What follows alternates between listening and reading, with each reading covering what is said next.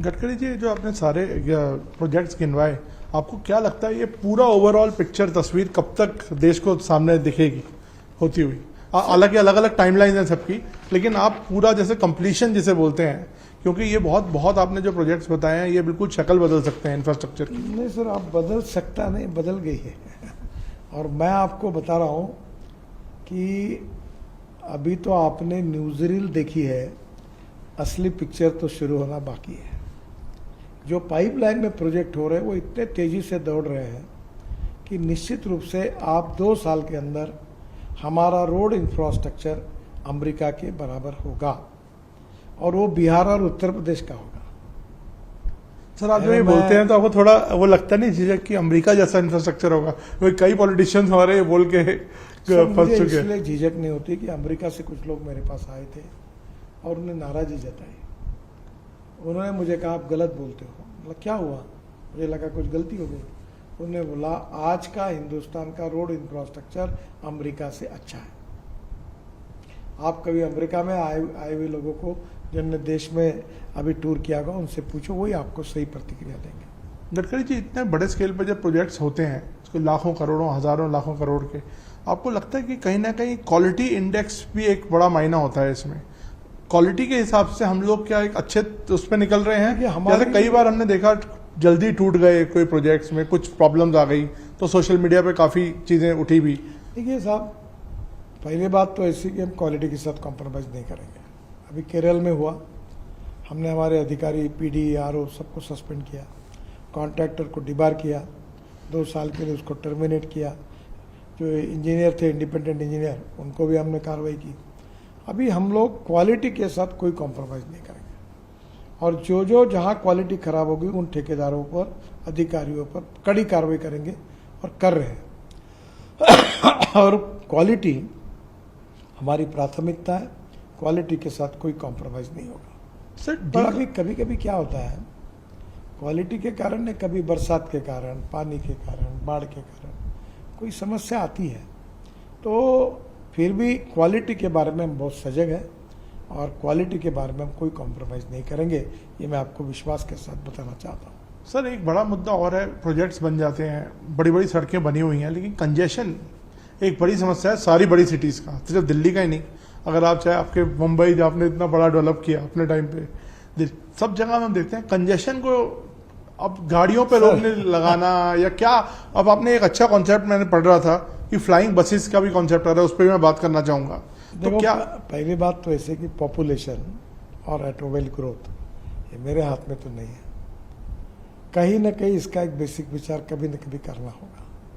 जिस प्रकार से अर्बनाइजेशन हो रहा है, लोग गाँव से शहरों की तरफ आ रहे हैं, दिल्ली, मुंबई, कलकत्ता, चेन्नई, बेंगलोर, पुणे, हैदराबाद, पॉपुलेशन बढ़ रही है।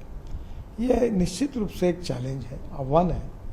आने वाले समय में गांव, गरीब, मजदूर, किसान का कल्याण करते हुए कृषि, ग्रामीण, जल, जमीन, जंगल और जानवर आधारित अच्छी टेक्नोलॉजी का उपयोग करके ग्रामीण हिंदुस्तान को भी हमको स्ट्रांग बनाना होगा, ताकि कोई रोजगार के लिए शहरों में ना आए। वो भी कोशिश हमारी सरकार कर रही है और निश्चित रूप से उसके भी परिणाम मिलेंगे।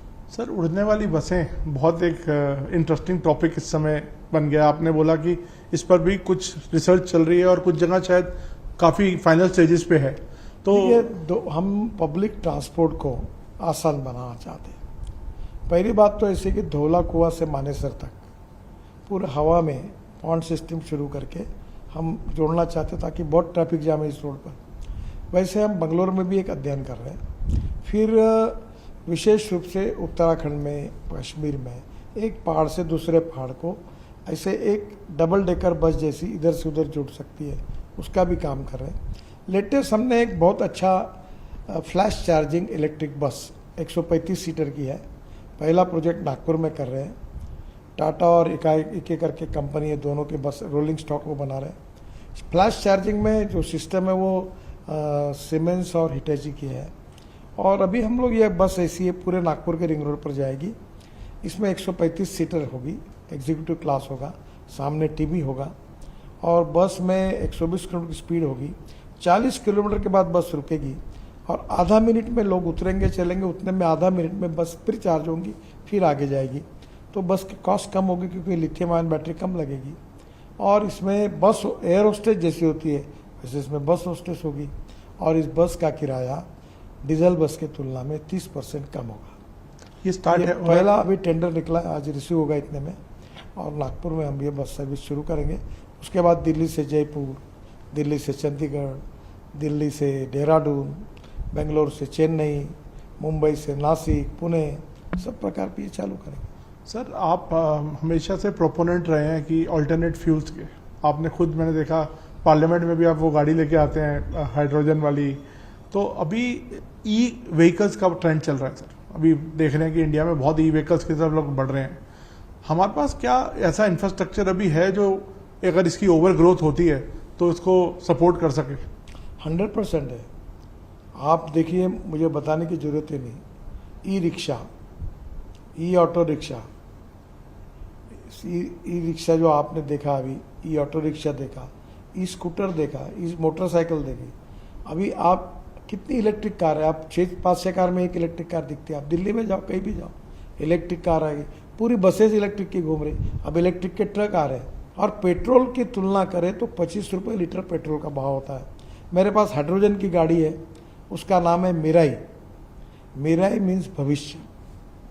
मिराई जापानी वर्ड है, उसका नाम भविष्य। हाइड्रोजन की गाड़ी हमारे यहाँ हुई है। तो आने वाले समय में ethanol, methanol, biodiesel, LNG, CNG, electric, ये सब आ रहा है। हमारा 22 लाख करोड़ का फॉसिल फ्यूल का इंपोर्ट है। ये कम करना और import substitute, cost effective, pollution free और इंडिजिनियस, यही हमारा सपना है। अभी मैं ब्रिक कॉन्फ्रेंस के लिए ब्राज़ील गया था। अभी हमारे विशेष रूप से शिपिंग में बड़े प्रमाण पर हम मेथेनॉल यूज़ करने की बात कर रहे हैं। हमारी ट्रक इलेक्ट्रिक पर आ रही है, हमारे ट्रैक्टर CNG पर आ रहे हैं, इलेक्ट्रिक पर आ रहे हैं। फ्लेक्स इंजन के ट्रैक्टर, जॉन डियर कंपनी, उन्होंने ब्राज़ील में फ्लेक्स इंजन पर इथेनॉल पर चलने वाला ट्रैक्टर तैयार किया।